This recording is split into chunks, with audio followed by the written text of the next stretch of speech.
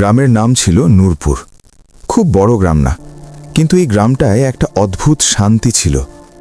ফজরের আজান উঠলেই মনে হতো পুরো গ্রামটা যেন ঘুম ভেঙে আল্লাহর দিকে ফিরে তাকাচ্ছে।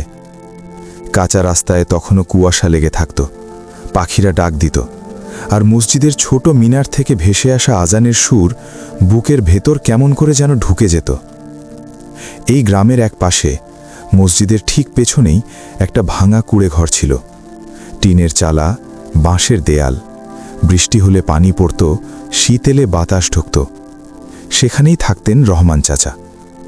বয়স হয়েছিল অনেক, মুখ ভরা সাদা দাড়ি, চোখ দুটো গভীর, যেন অনেক কথা লুকানো আছে সেখানে। জীবনে তিনি অনেক কিছু হারিয়েছেন। স্ত্রীকে হারিয়েছেন বহু বছর আগে, একমাত্র ছেলেটাকে হারিয়েছেন আরও পরে। শহরে কাজ করতে গিয়ে একদিন আর ফিরে আসেনি। সেদিনের পর থেকেই রহমান চাচা একা। কেউ তার কষ্টের গল্প শোনেনি, কারণ তিনি কখনো কাউকে বলেননি, কাউকে অভিযোগ করেননি, কাউকে দোষ দেননি।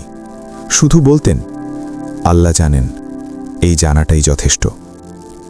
তার দিন কাটত মসজিদের আশেপাশে। কেউ কিছু দিলে খেতেন, না দিলে আল্লাহর নাম নিয়ে থাকতেন। অনেক রাত এমন গেছে, পেটে কিছু নেই, কিন্তু মুখে অভিযোগ নেই, চোখে শুধু তাকদীরের ওপর ভরসা। সেদিনটা ছিল শুক্রবার। ফজরের পর থেকেই রহমান চাচার শরীরটা ভালো লাগছিল না। পেটের ভেতর কেমন একটা জ্বালা। আগের দিন সন্ধ্যের পর কিছুই খাননি, কিন্তু কাউকে কিছু বলেননি। চুপচাপ মসজিদের বারান্দায় বসে রইলেন। সূর্য একটু একটু করে উঠছিল। মানুষ জুমার নামাজের জন্য আসতে শুরু করল। কারো মুখে হাসি, কারো তাড়া, কারো হাতে ব্যাগ। রহমান চাচা সবার দিকে তাকালেন, তারপর চোখ নামিয়ে নিলেন। মনে মনে বললেন, হে আল্লাহ, আজকের দিনটা তুমি সহজ করে দিও। নামাজ শেষ হলো, মানুষ বের হতে লাগলো। কেউ দ্রুত চলে যাচ্ছে, কেউ কথা বলছে, কেউ মোবাইলে কথা বলছে। ঠিক তখনই রহমান চাচার চোখ পড়ল একটা ছোট ছেলের দিকে। ছেলেটা মায়ের হাত ধরে এসেছিল। নাম ইসমাইল, বয়স 8 বছর হবে। গায়ে পরিষ্কার জামা, চোখে নিষ্পাপ কৌতূহল। নামাজ শেষে সে মায়ের কাছ থেকে টিফিনের বাক্স নিল আর মসজিদের এক কোণে বসে গেল। বাক্স খুলতেই ভাতের গন্ধ ছড়িয়ে পড়ল। রহমান চাচা না চেয়েও তাকিয়ে ফেললেন। পেটটা আরও কেঁপে উঠল। বুকের ভেতর থেকে একটা দীর্ঘ নিঃশ্বাস বের হয়ে এলো, কিন্তু মুখে কিছু নেই। হাত বাড়ানোর কথা কল্পনাতেও আনলেন না। শুধু মনে মনে বললেন, হে আল্লাহ, তুমি দেখছ। ইসমাইল ভাত খাচ্ছিল।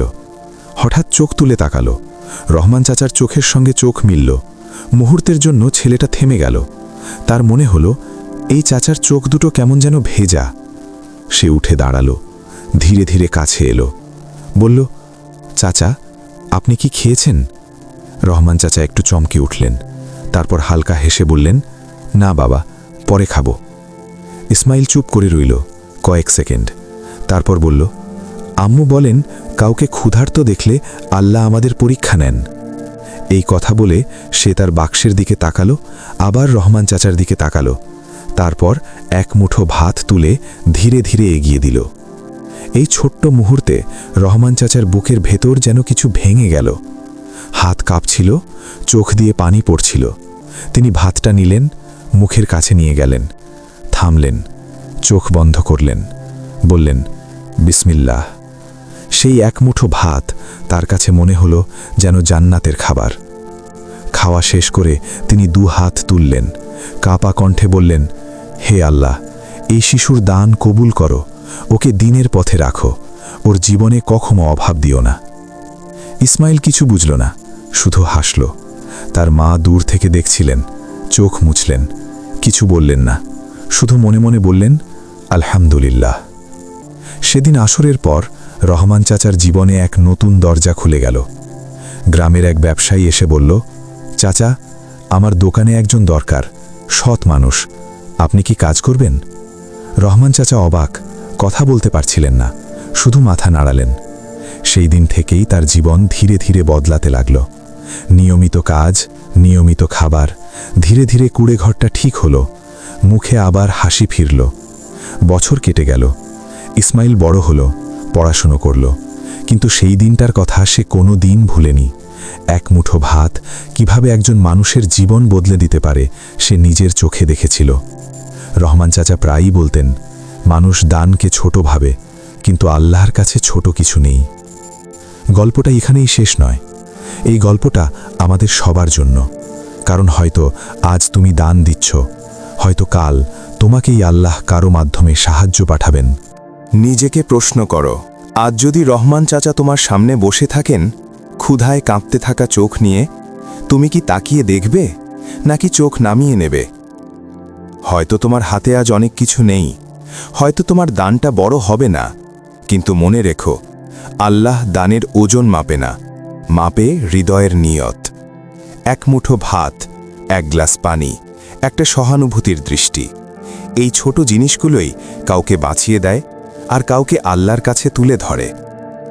আজ হয়তো তুমি দিচ্ছ, কাল হয়তো তুমি চুপচাপ বসে থাকবে, আর আল্লাহ ঠিক তখনই কারো হাতে তুলে দেবেন তোমার জন্য রহমতের দরজা।